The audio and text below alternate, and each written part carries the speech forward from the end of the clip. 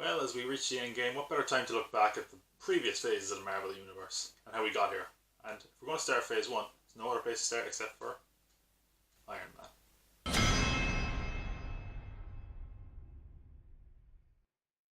Robert Downey Jr. is a womanizing, gambling alcoholic, but then he got cast as Tony Stark, so that worked out. Tony is a weapons dealer, an inventor. Genius, billionaire, playboy, philanthropist. I'll get to that later, stop laughing at me, Thor! Dickhead. Tony goes to Afghanistan to show off his latest weapon, the Jericho, but while there, his convoy gets attacked and Tony sticks some shrapnel to the chest, which stays at bay thanks to an electromagnet, and also makes for a bold fashion choice. He's taken hostage by an organisation known as the Ten Rings. They force him to make a Jericho missile, but Tony doesn't trust them and instead decides to make a weaponized suit of armour and start a film franchise. So he uses all those fancy gadgets to escape from the terrorists and eats shit on the way out, where he's saved, brought home, only to eat shit again. Burger King.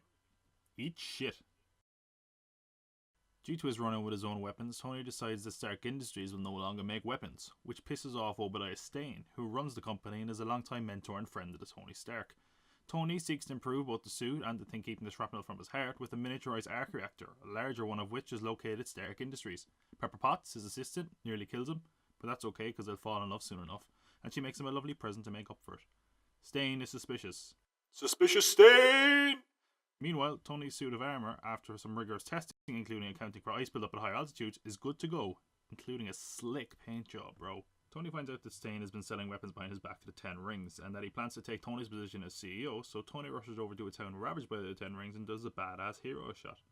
As he flies back though, he's confronted by two fighter jets and confesses to not Don Cheadle that he's the guy in the suit. He breaks the jet, saves the pilot, and they cover it up as a training exercise. Stane, on the other hand, was busy being a bad bloke because the Ten Rings and him were working together, and he sees Tony's suit in the desert and reverse engineers his own big metal suit. Pepper finds out that Stane has been working with the Ten Rings and tells the Strategic Homeland Initiative Enforcement and Logistics Division. SHIELD. That's it. I'm not trying that again. Including Coulson, who you probably didn't even notice the first time you watched this. Not being able to make his own arc reactor, Stane steals the one from Tony's chest with the most powerful gadget in the whole MCU. I'm just saying. Thanos about to snap his fingers. And he can't. I'm just saying, that's all. Pepper and Shield go to confront Stane and arrest him, but he's actually in a suit this time, not a business suit, a metal one. Tony uses Pepper's gift of an old reactor to survive and suit up, but it's not at full strength. Terrence Howard says the most ironic line ever. Next time, baby.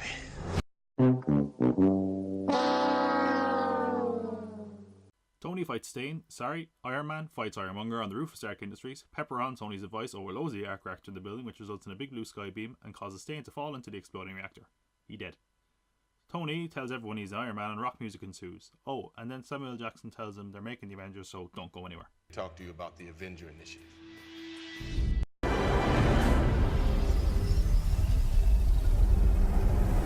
After Eric Bana, but before Mark Ruffalo, Ed Norton was the Hulk in a movie Marvelous Happy for you to forget about. While trying to recreate a super soldier serum from World War II, General Thaddeus Thunderbolt Ross, father of Betty Ross, Bruce Banner's boyfriend. That one was tricky to say. This leads to him being a fugitive from the military, and Ross tries to hunt him down and uses a weapon. Now in Brazil, Banner tries to control his rage and searches for a cure with the help of a colleague. However, in the bottling plant where he works, he bleeds into a bottle, killing Stan Lee. Sorry, Stan.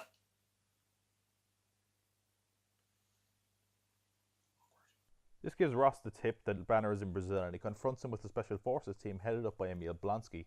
The Hulk defeats them, leading to Blonsky learning of how Banner got his power, and he injects himself with some of the same serum, which gives him improved strength and speed, but it also damages his skeleton and sanity. Hulk goes to college. He meets up with Betty and Modern Family. He hulks out and fights Blonsky and fucks him up. He goes back on the run with Betty. He meets up with a colleague, Mr. Blue, who may have had a cure, but only for individual episodes. He also synthesized Hulk's blood for medical reasons, which Banner wants destroyed because of how dangerous it could be. Blonsky, now healed thanks to the serum, takes Banner into custody and orders Mr. Blue to inject him with Hulk's blood. He's warned that mixing the serum and blood could turn him into an abomination. Subtle. So Blonsky becomes an insane monster, Mr. Blue becomes sequel bait that doesn't go anywhere, and Abomination goes to Harlem. Banner knows he must become Hulk to save the day, so our CG monsters smash Harlem and each other, and after saving the day and sparing Blonsky, Banner goes back on the run without Betty. Sometime later in Canada, we see that Banner can now seemingly transform on command. Robert Downey Jr. shows up to tell Ross that they're making the Avengers, but that they don't want to see him until Civil War, and don't tell Edward Norton.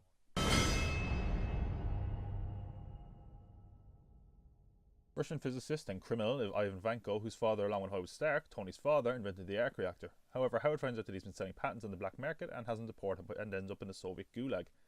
Ivan sees Tony declaring himself the Iron Man and sets about making his own arc reactor.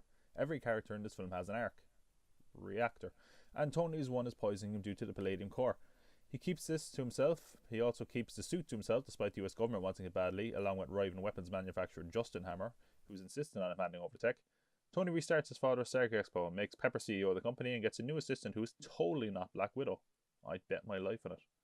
Tony is attacked by Vanko while competing in the Monaco Grand Prix, but now has electric whips. Whoopah! Tony survives and Vanko is apprehended. Hammer totally crushes on Vanko and breaks him out of prison, fakes his death, and asks him to make some armored suits for him. Vanko wants Bird. I want my bird. Tony gets drunk in the Iron Man suit for his birthday, prompting Terrence Howard to suit up. They engage in fisticuffs and War Machine flies away with the suit. Nick Fury decides there isn't enough going on in the movie, so he shows up and reveals Black Widow to be Black Widow. Mild shock. Vanko wants Bird. I want my bird. Fury reveals that Tony's dad helped found S.H.I.E.L.D. and gives Tony some of his old things. Coulson is there and then leaves for another movie, and one of Howard's models reveals the new element Tony needs to not die. Thanks, Ghost Dad. That film wouldn't play as well nowadays. At the Stark Expo, Hammer shows off Vanko's new drones along with a now heavily weaponized War Machine. Mud Villain's gonna villain, so Vanko remotely takes control of the drones and Rhodes and attacks Tony. Black Widow and Happy Hogan manage to give War Machine control back and they arrest Hammer. Tony and Rhodes get in a big pew-pew fight with Whiplash and his drone army.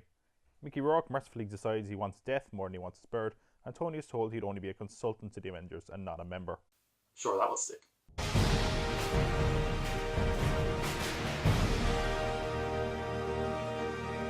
Thor Has bleached eyebrows. God. That is off-putting. Thor is meant to take the throne of Asgard from his father Odin, but somehow, during the ceremony, frost giants get into Asgard. Thor goes to their homeworld to Kick some ice. I mean, pretty much. Cool party. Along with his brother, Loki, Sif, and the Warriors 3. Odin intervenes and is angry at Thor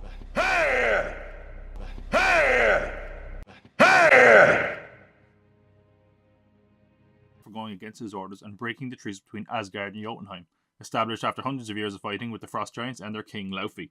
So Odin banishes him to Earth, strips him of his power, and makes it so Thor can only lift his hammer Mjolnir if he's worthy of it. As further punishment, he has to put up with Kat Dennings' comedic relief, but he also gets to kiss Natalie Portman and get drunk with Stellan Skarsgård, so it's not all bad. With the hammer discovered on Earth, Coulson, fresh off a star-making turn in Iron Man 2, takes control of the scene for S.H.I.E.L.D. Learning of the location of the hammer, Thor goes to it but is unworthy and can't lift it. Hawkeye stands around. Loki finds out his real father is Laufey and Odin merely adopted him. Anthony Hopkins is getting too old for this shit and goes for a nap. Loki puts himself on the throne while he rests and offers Laufey a chance to kill Odin. Sif and the Warriors 3 go to Earth to fetch Thor. Loki sends a destroyer after them, a magic robot thing, to kill them all. Thor offers his life to spare the others and in doing so becomes worthy of his hammer. So the destroyer becomes a destroyee. Thor beats it. Then Thor and the rest of the Asgardians go back home. Loki betrays Laufey, killing him, and plans to destroy Jotunheim using the Bifrost, a fabulous rainbow bridge. Thor and Loki fight like brothers, leading to Thor smashing the bridge, saving Jotunheim, but leaving him stranded on Asgard. Well, until they decide they want him in the Avengers, and then he just kind of shows up anyway. All this crap wakes up Odin, and he stops both brothers from falling after the bridge breaks, but Loki decides he quite likes the cold vacuum of space and floats away. Thor decides he's not ready to be king, and Anthony Hopkins tells him to sort those eyebrows out or don't bother showing up for the Avengers. Oh, and Nick Fury shows Stellan Skarsgård what was in the briefcase from Pulp Fiction. Loki likes to look at the Tesseract or Cosmic Cube or Space Stone, whatever you want to call it, and tells new BFF Selvig just as much.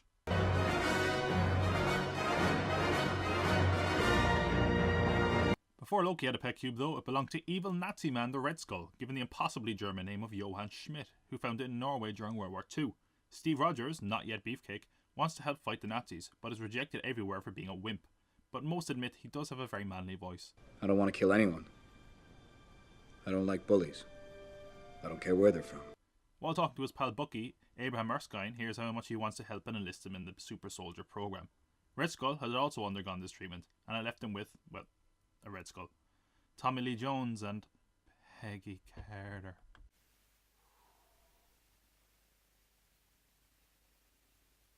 Carter and Colonel Phillips train him, but Phillips insists that he's not the right candidate. But after sacrificing himself by jumping on a grenade, agrees to let him do all the roids. He's still skinny. Red Skull uses the cube for Hydra weaponry, Hydra being a Nazi science division. The experiment works, and Steve Rogers goes from a 4 to a perfect 10. Boop! Tucci gets killed and follows Haley Atwell's lead with a bicep boop. Despite catching the assassin, he manages to kill himself with some cyanide. Hail Hydra! With super soldier serum lost and the scientist behind it dead, Rogers becomes a costume character to sell war bonds, known as Captain America. He hears that Bucky's unit is MIA. He gets Howard Stark and Peggy Carter to drop him behind enemy lines in an attempt to find and rescue him. Cap frees the men, and Red Skull reveals he wasn't the real Hugo Weaving after all. Cap recruits some of the men, including Bucky, and forms the Howling Commandos. Howard Stark used one of the world's most rare and strongest metals and wastes it on a shield for Cap. Gotta be better uses for that vibranium, that's all I'm saying. The Commandos are successful around Europe fighting Hydra until they attack a train, which results in Bucky falling into his role of the Winter Soldier. They also capture Zola.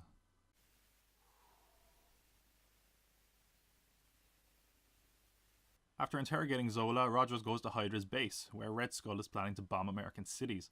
Captain America boards Red Skull's bomber, and in their fight, releases the cube from its container. Red Skull picks it up and gets sucked off. Poor choice of words there. Oh my god. The cube burns through the ship and falls into the ocean. With Cap still flying a ship full of explosive bombs, he sacrifices himself by crashing into the ice in the Arctic. The Tesseract is found, but Cap isn't discovered and presumed dead until decades later. When he wakes up, he comes to the crushing realization that he had a chance with Haley Atwell. Nick Fury tells him the Avengers are next.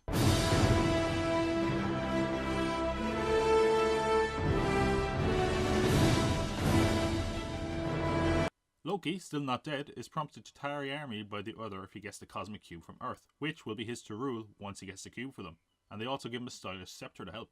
The cube is in a shield facility being studied by Selvig and other scientists. Nick Fury, Agents Coulson and Maria Hill are also at the facility. Hawkeye stands around. The cube acts as a gateway and allows Loki to travel to it. He takes the cube and gets Hawkeye to finally do something when he controls his mind, along with Selvig and some others. Fury launches the Avengers initiative in response to get the cube back. Black Widow goes to get the Hulk in India, who if you remember can turn into Mark Ruffalo when Ed Norton gets angry. Banner can help find the cube because of its gamma radiation emissions. Coulson gets Tony and Fury gets Captain America. They're assembling the Avengers.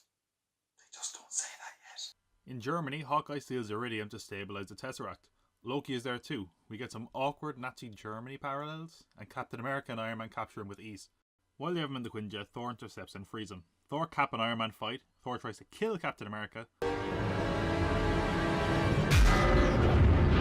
and he agrees to bring Loki to S.H.I.E.L.D.'s helicarrier as a prisoner. The Science Bros study the scepter there. Tensions right to with Loki and what they're trying to use the cube for. And then Hawkeye and Loki's soldiers attack, leading to the Hulk pubing Mark Ruffalo.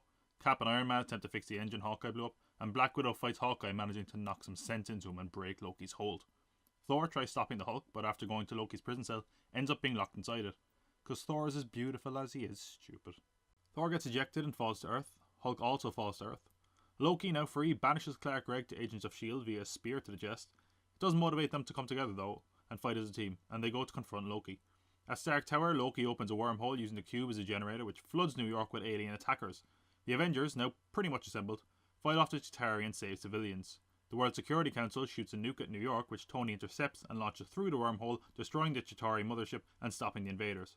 After a few quips, Thor and the cube go back to Asgard with Loki as prisoner. Nick Fury hints that if this movie is successful that there'll be a sequel.